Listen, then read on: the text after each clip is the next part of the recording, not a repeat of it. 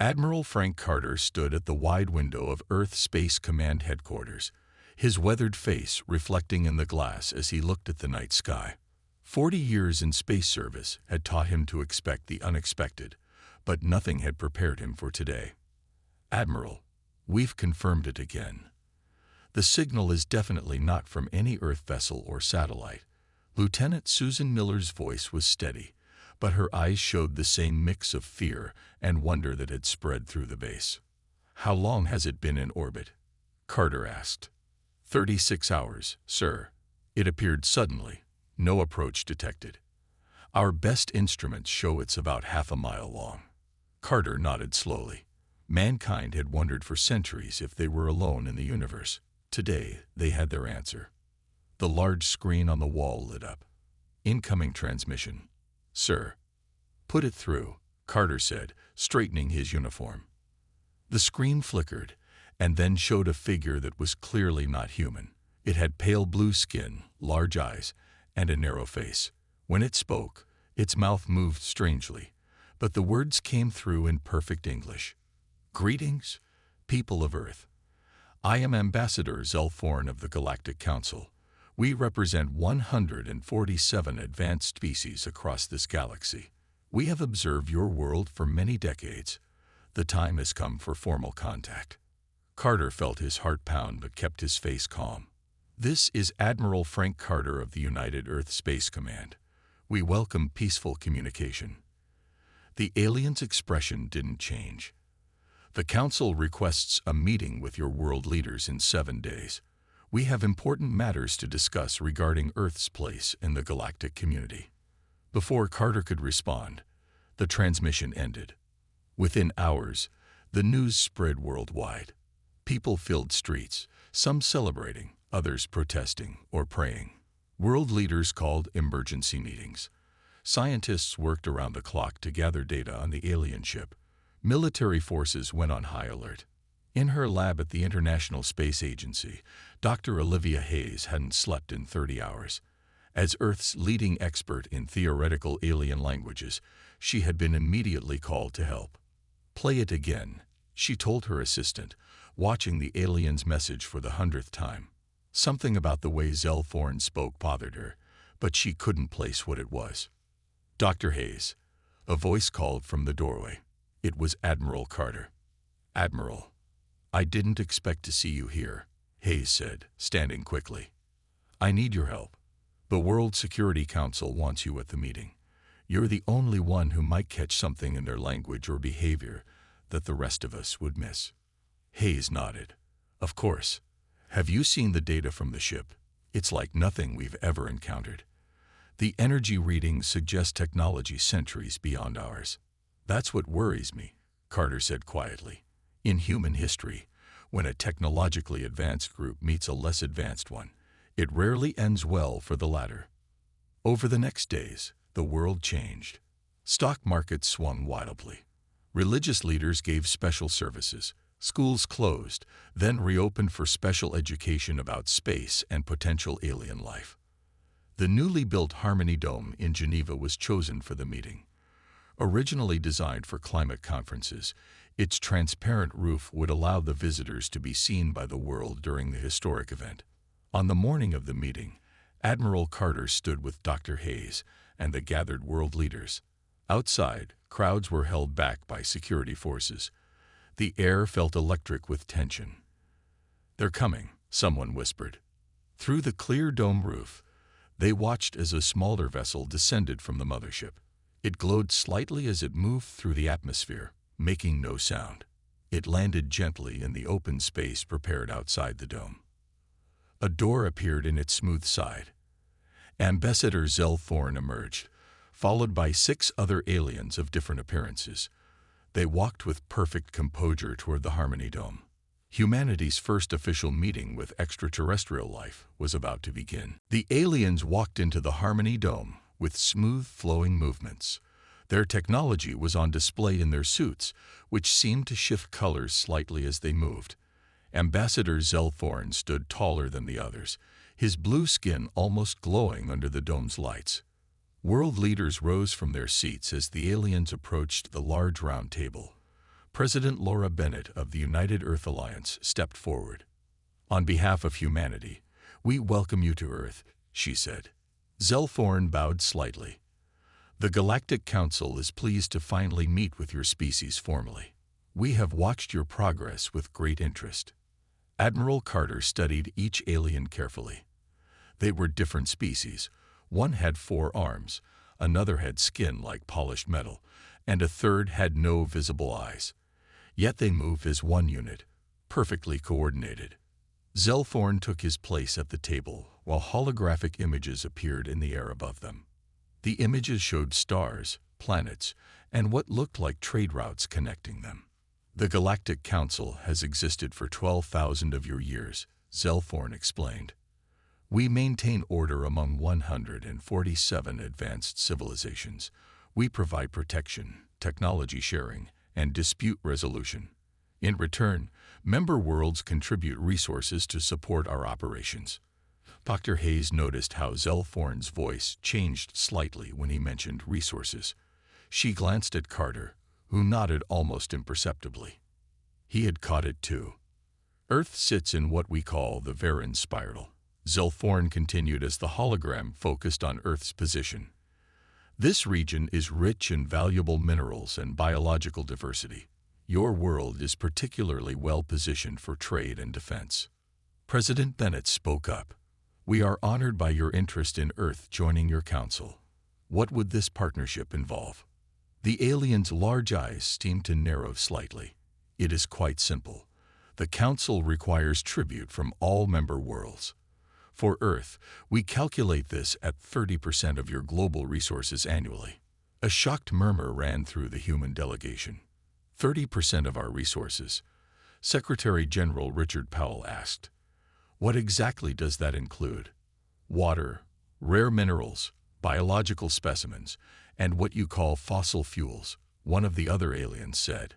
This one had golden skin and spoke in a higher pitch. "We have analyzed your world thoroughly. You have much to offer the Council." Admiral Carter stepped forward. "And what do we receive in return for this tribute?" Zelforn's mouth formed what might have been a smile. "Protection. Technology that would advance your civilization by centuries. And most importantly, you avoid regulatory action." The room went silent. "Regulatory action?" President Bennett asked. "Worlds that decline council membership face consequences," Zelforn said simply. "The universe is not always kind to isolated planets."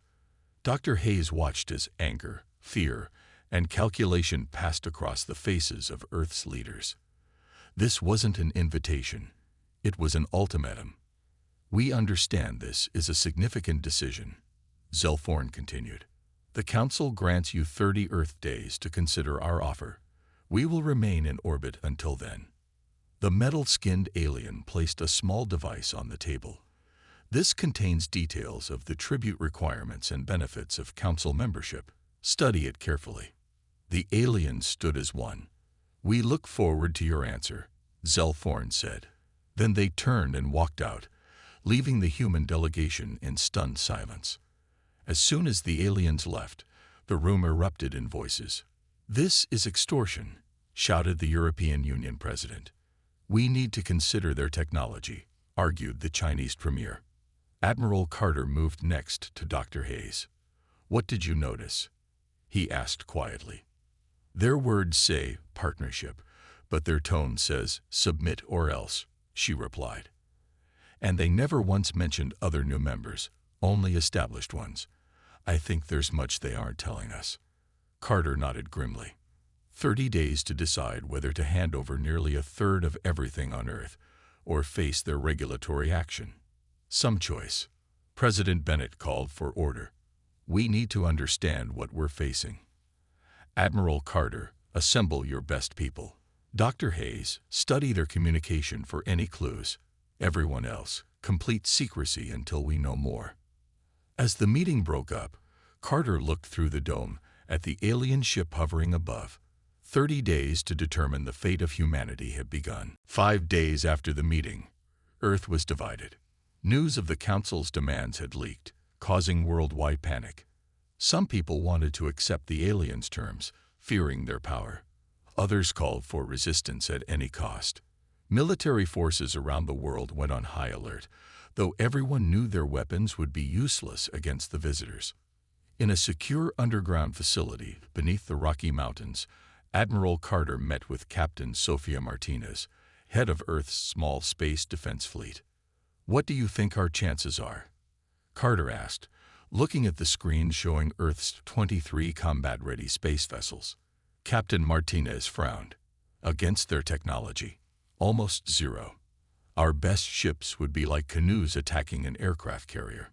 "Then we need a different approach," Carter said. "We need information." Across the world in her laboratory, Dr. Hayes hadn't slept for days.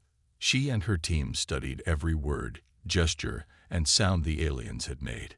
They analyzed the data device left by the Council, careful not to activate any potential tracking software. "Look at this section about previous member worlds," she told her assistant, pointing to the screen. "They mention benefits to 16 different planets, but there are supposedly 147 member species. Where are the others?" Her assistant, Ben Harris, typed rapidly. "Maybe they only listed the important ones." Hayes shook her head. "Or maybe something happened to the rest." "Keep looking." At NASA's main facility, engineer Peter Williams discovered something troubling. He had been examining telescope data from planets mentioned in the Council's device. "Director, you need to see this," he said, showing his boss images of a planet called Vex 9. "This is from our Deep Space Telescope 3 years ago." The planet had oceans, visible vegetation. He pulled up a second image. "This is from yesterday. The oceans are gone. The surface is stripped bare." The director's face paled. "Show me another one." Williams pulled up 3 more planets. All showed the same pattern. Thriving worlds reduced to barren rock. All were listed as Council members. In a top-secret lab in Seattle, Dr. Nathan Kim led a team examining unusual energy readings detected during the alien landing. Something about their propulsion system didn't match known physics. "The energy signature has similarities to something I've seen before," Dr. Kim said, puzzling over the data. "But that's impossible." His colleague, Dr. Samantha Lee, looked over his shoulder. "Where have you seen it?" Dr. Kim pulled up an old file. "Here, energy readings from an artifact found in Egypt 20 years ago. It was classified and stored away because no one could explain it. The patterns are almost identical."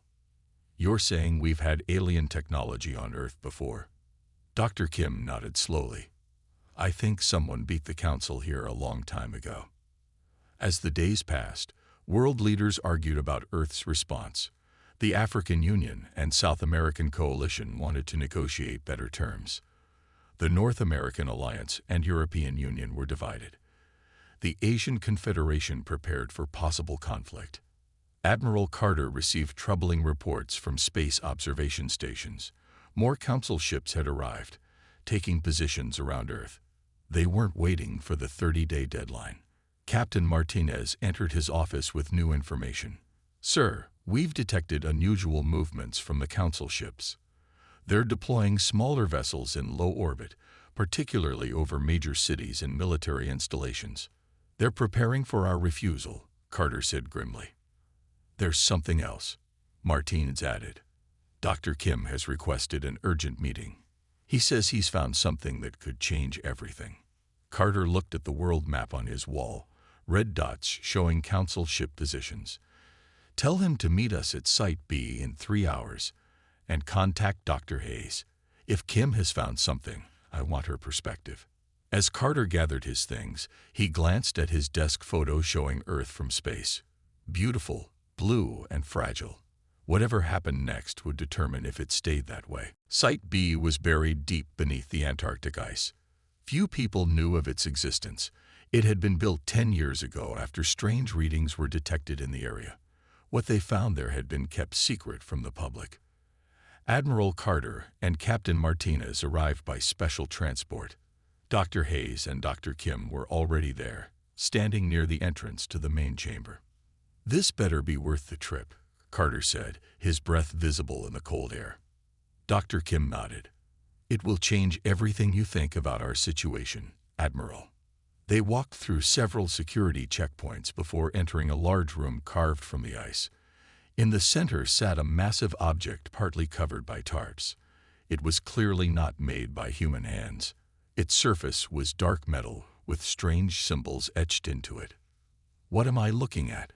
Carter asked. "We found it 13 years ago, buried under 2 miles of ice," Dr. Kim explained. "Carbon dating of the surrounding material suggests it's been here for about 15,000 years." Captain Martinez walked closer to the object. "It's a ship." "Yes," Dr. Kim said. "A very advanced one. And it uses the same energy signature as the Council vessels, but more refined, more efficient." Dr. Hayes studied the symbols on the hull.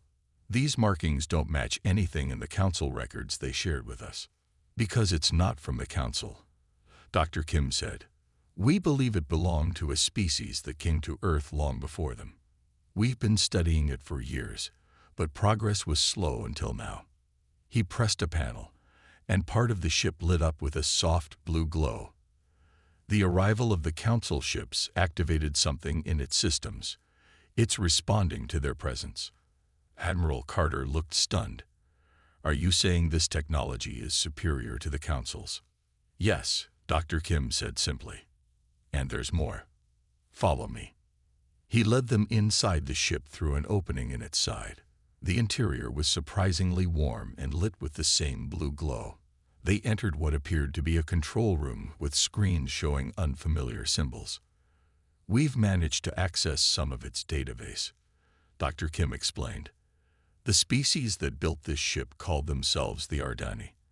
They were explorers and scientists who visited thousands of worlds." Dr. Hayes moved to one of the screens. "Can you show what they knew about the Council?" Dr. Kim pressed several symbols. The screen changed to show images of Council ships attacking a planet. "The Ardani recorded this over 20,000 years ago," he said. "The Council isn't what they claim to be. They don't protect worlds. They harvest them. They find planets with abundant resources, force them to pay tribute, then gradually take everything until the planet is stripped bare. Then they move on." Captain Martinez looked grim. "That matches what Peter Williams found in the telescope data." "Where are the Ardani now?" Admiral Carter asked. Dr. Kim's face fell. "Gone. They fought against the Council's practices and lost. But before they were defeated, they hid ships like this one on promising worlds, with technology that could one day help those planets defend themselves." "Against the Council?" Carter asked. "Yes. This ship contains weapons systems, shield technology, and propulsion methods centuries beyond what the Council showed us. And most importantly, it has manufacturing capabilities. It can build more of itself." Admiral Carter was silent for a long moment. "How quickly can we adapt this technology to our existing systems?" "With the ship helping us. Days, not years," Dr. Kim said. "It was designed for this purpose, to give developing worlds a fighting chance." "We'll need more than technology," Captain Martinez said. "We need a strategy, specialized forces." "I know someone who can help with that," Carter replied. "A retired combat specialist named Lisa Rodriguez. Best tactical mind I've ever worked with." As they continued discussing plans, alarms suddenly blared throughout the facility. "What's happening?" Dr. Hayes asked. A security officer rushed in. "Sir, we've detected Council probes entering Earth's atmosphere. Multiple locations. They're scanning for something." "They're looking for this ship," Dr. Kim said. "They can sense its energy now that it's active." Admiral Carter's expression hardened. "Then we don't have much time. Get everything you need from this ship and prepare to move out. The Council wants an answer. They're about to get one." The next 10 days passed in a blur of activity. The world's leaders were informed about the Ardani ship and its technology. After seeing the evidence of the Council's true nature, they united behind a single plan: resistance. Work continued day and night at hidden bases across the planet. The Ardani ship had been carefully moved to a secure facility deep within a mountain range. There, Dr. Kim and scientists from around the world studied its systems and adapted them to Earth's technology.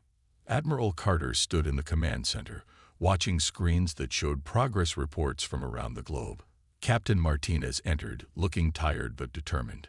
"The satellite upgrades are complete," she reported. "All 237 now have Ardani shield technology. If the Council tries to destroy them, they're in for a surprise." Carter nodded. "What about the weapons systems?" "We've installed the energy cannons at 12 key locations," Martinez said. "They're hidden underground until needed. Lisa Rodriguez has trained teams to operate them." Lisa Rodriguez had arrived the day after the Antarctic discovery.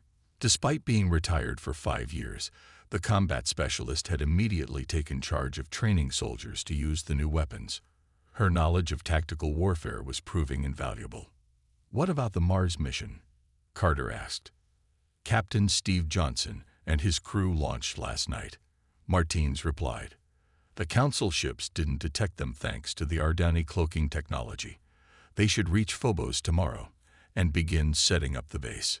The plan was to establish a hidden outpost on Mars' moon Phobos. From there, Earth could launch a counterattack if needed, hitting the Council ships from behind. In her lab, Dr. Hayes had made a crucial breakthrough. With help from the Ardani ship's database, she had cracked the Council's secure communication channels. What she discovered confirmed their worst fears. "Look at this," she told Carter when he visited her lab. "Internal messages between Council ships. They're calling Earth a Grade A resource world. They never had any intention of making us equal members. They were always planning to strip our planet bare." "How long would they have taken?" Carter asked. Hayes looked grim. "Based on their harvest rates from other worlds, about 50 years. They take enough each year that the population doesn't revolt immediately, but eventually they leave nothing but a dead world." "Not this time," Carter said firmly. Dr. Kim entered the lab with fresh data. "We've successfully replicated the Ardani shield technology for our major cities," he reported. "The Council won't be able to simply bomb us into submission." "What about their energy weapons?" Hayes asked. "The shields should hold against anything the Council threw at the Ardani 15,000 years ago," Kim said. "We have to hope they haven't advanced too much since then." As the preparations continued, Council ships increased their presence around Earth. They now numbered over 30 large vessels, positioned to strike at major population centers. They had also sent more probes, searching for signs of unusual activity. Several close calls had occurred when Council probes nearly discovered hidden facilities. Each time, Earth forces had managed to fool the sensors using technology learned from the Ardani database. With 5 days left before the Council's deadline, Earth's Security Council met in a bunker deep beneath the Swiss Alps. Leaders from every nation gathered to make the final decision. President Bennett addressed the room. "We've prepared as much as possible in the time we had. The question now is, do we submit to their demands, buying time for further preparations, or do we refuse immediately?" Admiral Carter stepped forward. "Every day we've studied their ships, we've detected more weapons being brought online.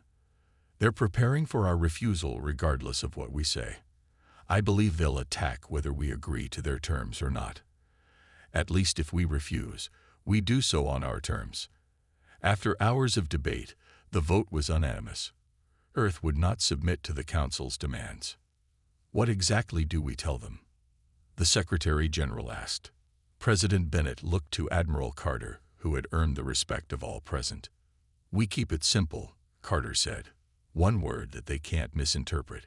One word that defines humanity." The day of the deadline arrived. Earth was as ready as it could be.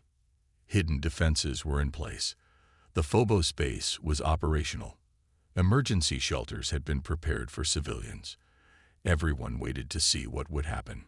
At exactly noon GMT, the main Council ship sent a message requesting Earth's answer. Leaders gathered in the secure bunker to watch as President Bennett prepared to deliver humanity's response. "Open a channel to the Council ship," she ordered. A large screen lit up showing Ambassador Zelforn, His blue face showed no emotion as he spoke. "Greetings, President Bennett. The Council awaits Earth's decision regarding our generous offer of membership and protection." President Bennett stood tall. "Ambassador, we have carefully considered your proposal. After much discussion, Earth has reached a unanimous decision." She paused for a moment, then said clearly, "No." Silence filled both rooms. Zelphorn's large eyes blinked slowly. "Perhaps there is some confusion," he said finally. "The Council is not making a request. This is a requirement for your continued peaceful existence. Without our protection, your world would be vulnerable to many dangers."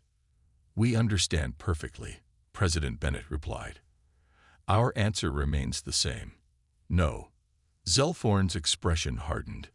"This is most unfortunate. The Council will now be forced to take regulatory action to ensure Earth's compliance. You have 1 hour to reconsider before we begin." The transmission ended abruptly. Admiral Carter turned to the assembled leaders. "It's time. Everyone to your designated safe locations. All military personnel to battle stations." Across the planet, soldiers and civilians moved to protected areas.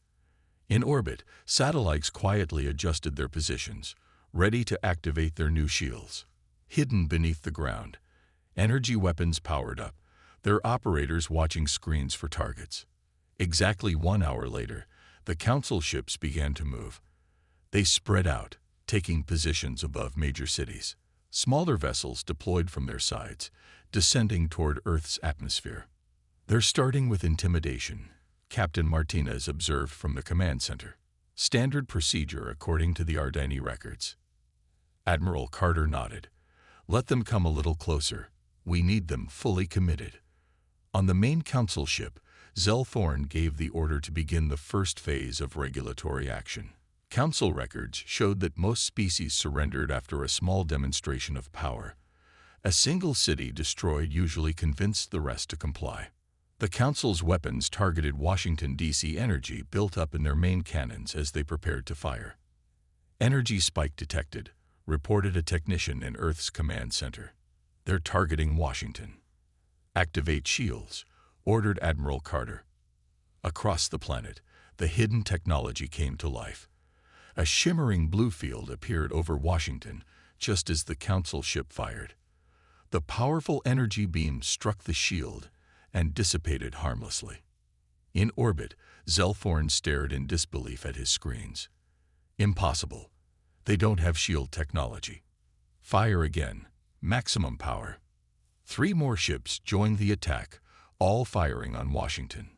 The shields held, glowing brighter with each impact.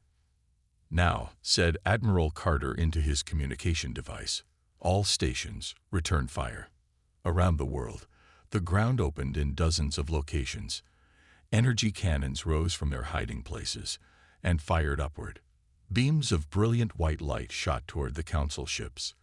The first shots hit 3 smaller vessels, cutting through their hulls with ease. The ships exploded in orbit, debris falling harmlessly into the ocean. Zelphorn watched in shock as warning alarms blared throughout his ship. How is this possible? Their technology is primitive. On the surface, Lisa Rodriguez directed the weapons teams with calm precision. Target the engines first, then weapons systems. Avoid central areas where they might keep captives from other worlds. In Earth's command center, Dr. Hayes monitored Council communications. "They're completely surprised," she reported. "They're calling for reinforcements." Admiral Carter nodded grimly. "That's what we expected."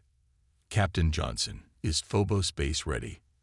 Over the secure channel, Captain Johnson's voice came through clearly from Mars. "Ready and waiting, Admiral. The moment their reinforcements arrive, we'll hit them from behind." President Bennett watched the battle displays with a mixture of hope and fear. "So it begins," she said quietly. "The war for Earth's future." The battle raged for hours. Council ships tried different weapons and tactics, but Earth's defenses held firm. 7 Council vessels had been destroyed, while Earth had lost only a few satellites and 2 energy cannons. In her lab, Dr. Hayes worked frantically to decode more Council data. She had connected to their main communication network using techniques from the Ardani database. What she found made her rush to the command center. "Admiral Carter," she called as she entered the room. "I found something critical in their archives." Carter turned from the battle displays. "What is it?" "The Council isn't what we thought," Hayes explained, showing data on her tablet. "It's not a federation of 147 species working together. It's a parasitic organization controlled by just 5 species. The rest are all captive worlds, forced to provide soldiers and resources." Carter studied the information. "Are you saying most of the beings on those ships are slaves?" "Yes, and many are looking for a way out. Look at these internal security reports." She scrolled to another section. "There have been 12 mutiny attempts in the last year alone." This changed everything. Carter called an emergency meeting with President Bennett and other key leaders. "If Dr. Hayes is right, we're not just fighting for Earth," he explained. "We could be starting a galactic revolution." President Bennett considered this. "Can we contact these captive species? Let them know we're fighting back successfully." "We can try," Dr. Hayes said. "I've identified several communication channels used by lower-ranking crew members. While they discussed this new information, the Space Monitoring Station detected a large fleet of Council reinforcements approaching Earth. 25 ships incoming," Captain Martinez reported. "Estimated arrival in 30 minutes. Alert Captain Johnson on Phobos," Carter ordered. "Operation Lighthouse begins now." On Phobos, Captain Steve Johnson and his crew prepared their surprise attack. The base had been equipped with powerful jamming technology from the Ardani ship. It could disrupt the Council's ability to communicate with each other. "All systems ready," Johnson reported, waiting for the reinforcement fleet to reach the target zone. As the Council reinforcements approached Earth, Johnson gave the command, "Activate jammers now." Across the solar system, Council ships suddenly lost contact with each other. Their coordinated attack plans fell apart as confusion spread through their ranks. "Now, Dr. Hayes," Carter said, "send the message to all captive species on those ships." Hayes activated the broadcast she had prepared. It went to personal communication devices throughout the Council fleet. It showed images of Earth successfully defending itself and included a simple message in multiple languages. "We resist the Council. Join us for freedom." The effect was immediate. On several Council ships, crew members from captive worlds turned against their commanders. Fighting broke out as they tried to take control. Ambassador Zell Thorne watched in horror as his carefully planned attack fell into chaos. 3 of the reinforcement ships had gone silent. 2 more were moving away from Earth, their captive crews apparently in control. "This is unprecedented," he told his commanders. "No world has ever fought back this effectively. Where did they get this technology?" On Earth, Admiral Carter watched the battle displays with cautious hope. The Council ships are in disarray. Half of them aren't even firing anymore. Captain Martinez studied the sensor readings. "I think some of them are fighting among themselves. The captive species must be rebelling." In orbit, one of the largest Council ships suddenly changed course and approached the main command vessel. It fired directly at Zell Thorne's ship, damaging its engines. "We're receiving a transmission from that ship," Dr. Hayes announced.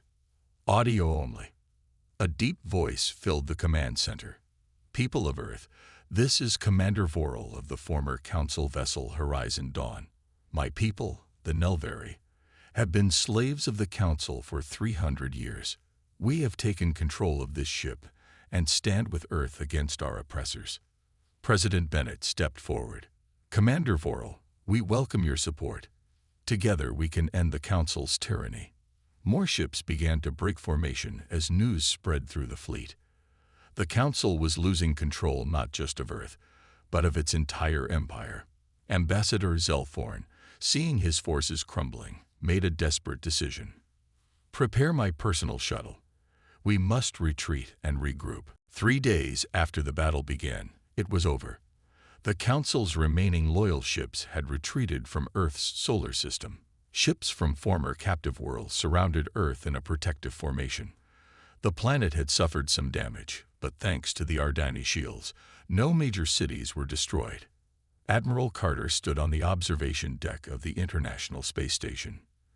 Below him, Earth continued to turn peacefully despite all that had happened.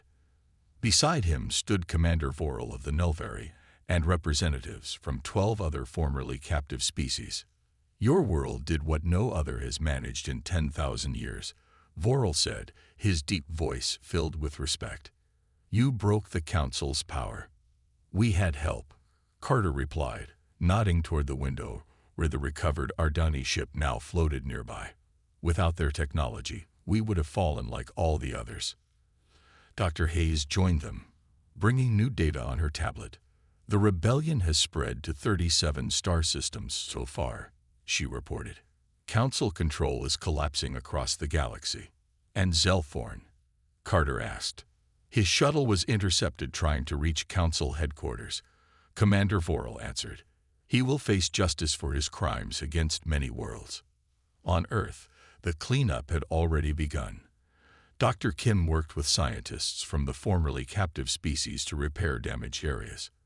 The shared knowledge was advancing Earth's technology at an incredible pace. Captain Martinez had taken command of Earth's new defense fleet, which now included 5 former Council ships gifted to humanity by grateful allies. Captain Johnson had returned from Phobos to help train pilots for these advanced vessels.